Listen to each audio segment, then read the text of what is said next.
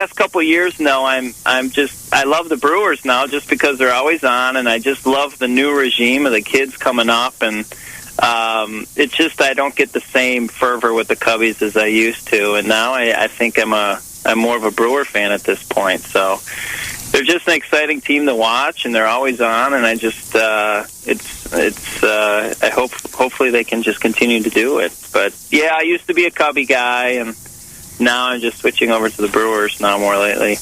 Well, you saw the light, Dan. That's good. That's right. That's right. Plus, what can you say with the Cubs? I mean, Zambrano and Barrett and that debacle, and now they just shifted Barrett out. It's like, give me a break, Dan, you guys are cursed. I mean, whatever happened, there has to be. You were so close in 2003.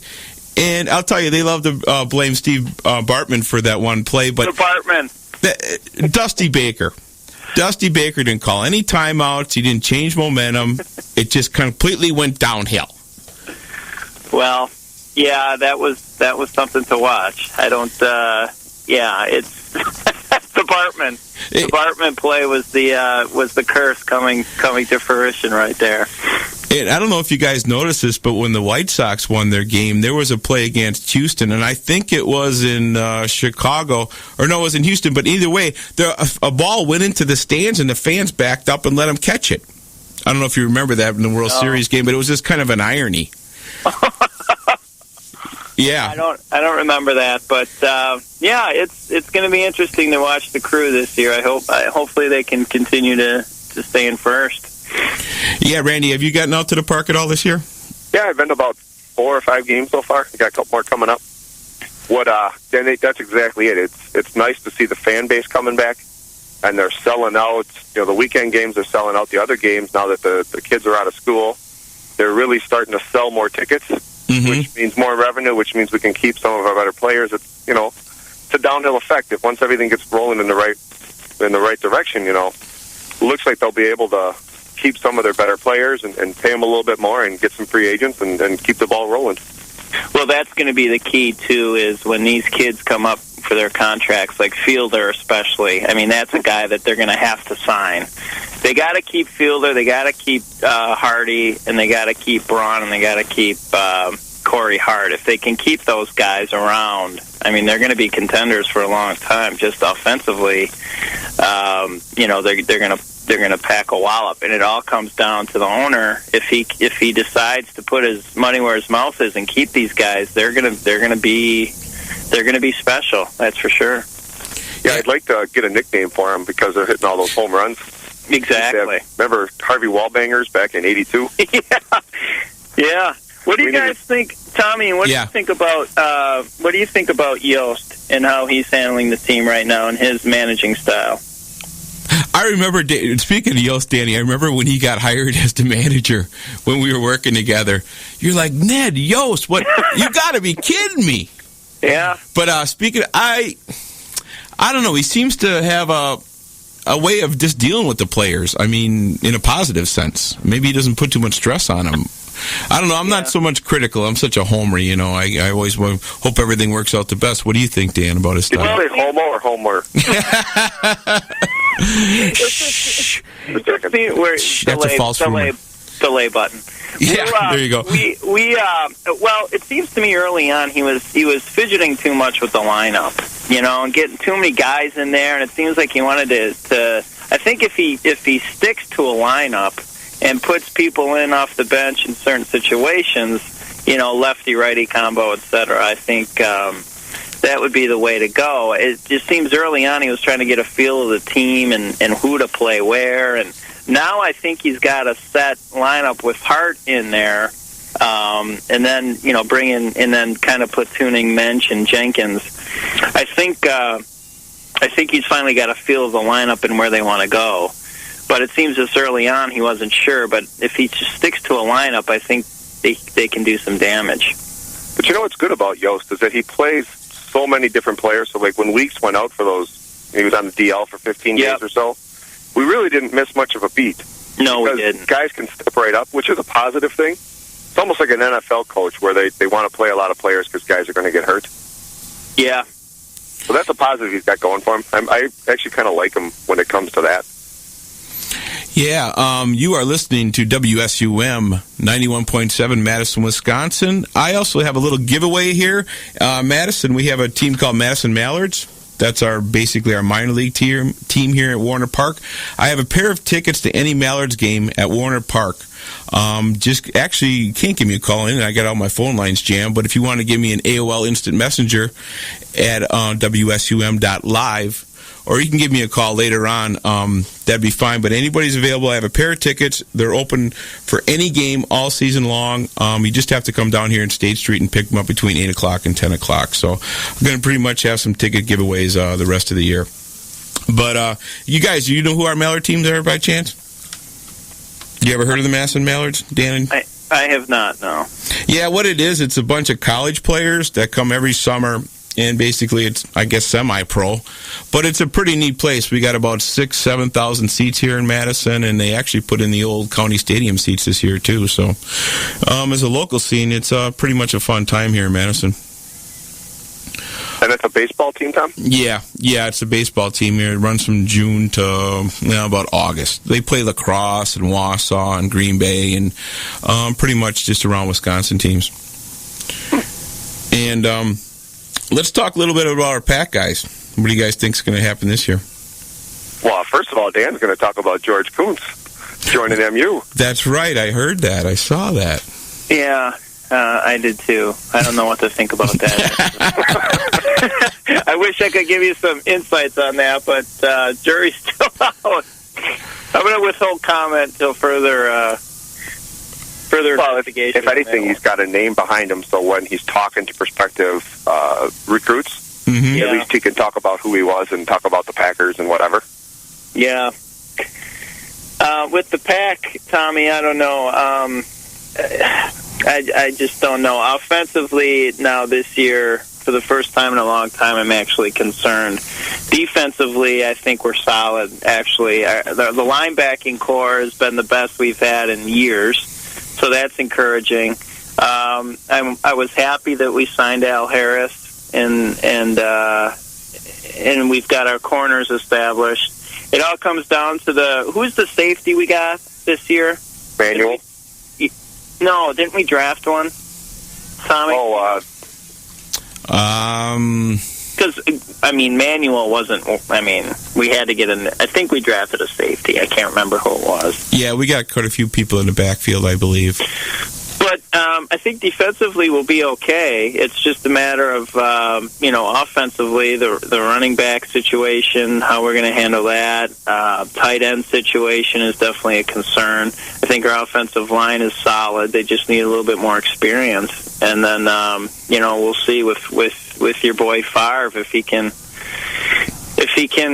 pull something out this year, because I actually think this is his last year. Yeah, speaking of the magic of the net here, Danny, it's called Aaron Roost from Virginia Tech. Yeah, there you go. Third-round player, yeah. There you go. So we'll see if he can fill in, because the one safety spot was our Achilles last year. You mean after we got rid of Moncarroll? No, that helped. That was only that could only help your ball club getting rid of that. Jim Thorpe? Yeah, as you would say, Dan, that definitely was a cancer, wasn't it? He was a cancer. had to get rid of him. Would you guys have wanted to see Moss come to Green Bay? I did, yeah. I wanted him immediately when I saw he was available. I just think it would have helped our downfield strikeability, but, what can I say? We didn't get him.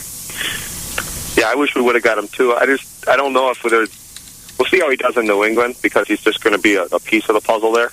Yep, but exactly. In Green Bay, he would be more of the savior, I guess.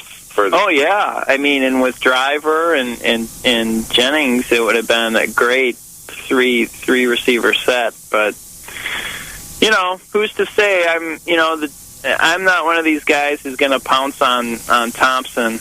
I want to give him. Let the guy have at least 2 drafts and see what he can do. I thought his first real draft class ended up to be pretty good. So, I'd say we let give the guy a chance, Well, he did it in Seattle. Exactly. He did a phenomenal job drafting in Seattle, so that's why everybody was complaining about Justin Harrell getting picked the first pick. And I look at it and say, you know what? If he thinks he's a good pick, he knows a lot more about picking college talent than I do. Exactly. So give the guy a little bit of credit, give him a little bit of slack, and see what happens with this year's draft.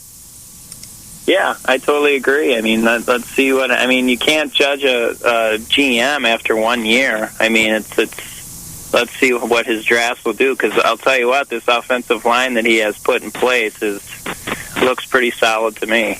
Well, we can judge a coach after 1 year, a la Rhodes. That is true. Yeah, that was easy enough to do. Did you guys see the ratings of the quarterbacks? They got Brett Favre rated, I think, the 14th best quarterback in the league right now. Well, it was interesting because I was listening to a lot of talk radio about Favre, and if you would put him in the top 10 of quarterbacks, I don't know, what do you guys think? Would you still put him as a top 10 quarterback in the league? Absolutely. For 1 year.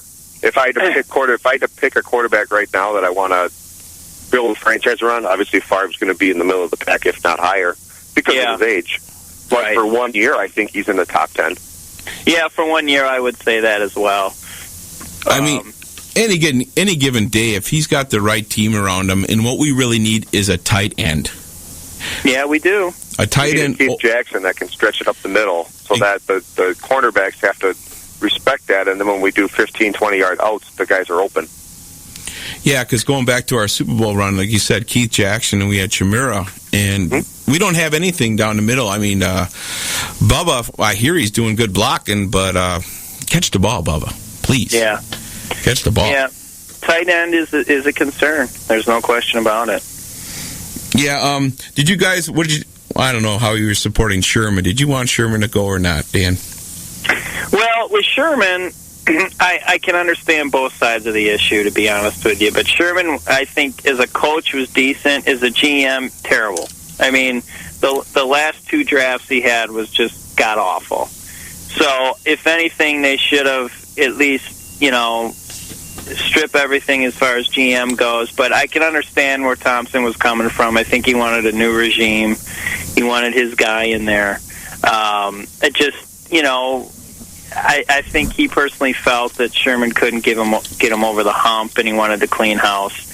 I can understand both sides of the issue because he did win the ball games. He got us to the playoffs, but as far as I can also understand getting his own people in there. But as far as the draft goes, I think he was solely responsible for just absolutely killing this team the last 3 years as far as depth goes and as far as getting talent, because he just couldn't evaluate talent. And that, in the end, killed us because we just didn't have the depth to fill in for free agents that left. And then for the free agents that he did sign, a la Joe Johnson, killed us. I mean, as far as salary cap, So I think ultimately his GM style and the results as far as GM got him out of town. I don't think it was necessarily his coaching, but when you take the responsibility of both positions, that's ultimately what's going to happen to you, and that was his undoing, I think, in the end. Well, and that's what bothers me a little bit is when Holmgren was here, he wanted to be the GM and the coach, and we didn't give it to him, and then jumps and goes to Seattle. Yep. And then 2 years later, we do it to the next coach, and we give him both responsibilities, and it was way over his head. Yep. That's what bothers me, because, we could have won another Super Bowl in '98 if we would have had Holmgren there. It would have helped out a ton.